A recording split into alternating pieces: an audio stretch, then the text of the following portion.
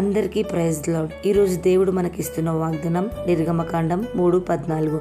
అందుకు దేవుడు, నేను ఉన్నవాడను అనువాడనై ఉన్నానని మోషేతో చెప్పెను. మరియు ఆయన ఉండునను వాడు మీ యొద్దకు నన్ను పంపెనని నీవు ఇశ్రాయేలీయులతో చెప్పవలెనను. మోషే మిద్యానులో గొర్రెల మంద మేపుతుండగా సినాయి పర్వతం దగ్గర ఒక అద్భుతం జరిగింది. ఒక పొద మండుతుంది కానీ కాలిపోవడం లేదు. దేవుడు ఆ పొద నుంచి మోషేని పిలిచాడు. మోషే భయపడి చెప్పులు తీసేశాడు. భూమి పరిశుద్ధమైంది. దేవుడు తనను అబ్రహాము, ఇస్సాకు, యాకోబు దేవుడుగా పరిచయం చేసుకున్నాడు. ఇశ్రాయేలీయులు ఐగుప్తులో బానిసలుగా బాధపడుతున్నారని చూసి వాళ్ళని రక్షించడానికి మోషేని ఫరో దగ్గరికి పంపుతానన్నాడు. మోషే భయపడి, వాళ్ళు నా పేరు అడిగితే ఏమని చెప్పాలి అని అడిగారు.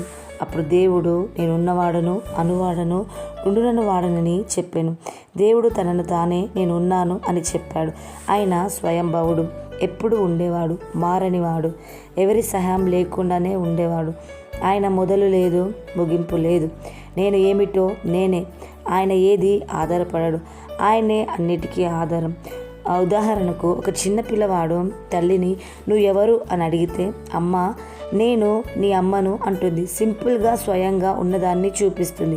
అలాగే దేవుడు నేను ఉన్నాను అని చెప్పాడు. ఆయన ఎవరో వివరించాల్సిన అవసరం లేదు, ఆయనే ఉనికి. న్యూ టెస్టిమెంట్లో యేసు అబ్రహాం పుట్టకముందే నేనున్నాను అన్నాడు. ఆయన ఈ అయాం దేవుడు. కాబట్టి ఈ వచనం దేవుడి శాశ్వత ఉనికిని, స్వయంభుత్వం, విశ్వసనీయత చూపే గొప్ప పేరు. ఆయన నేను ఉన్నానని, మనతో ఉంటాడని, మనల్ని రక్షిస్తాడని దేవుడు మనతో చెప్తున్నాడు. కాబట్టి భయపడకండి. ప్రతి విషయంలో దేవుడు మనకు తోడుగా ఉండి ఆయన అద్భుతాలు చేస్తాడని ఈ మాటలు ముగిస్తున్నాను. ఆమెన్.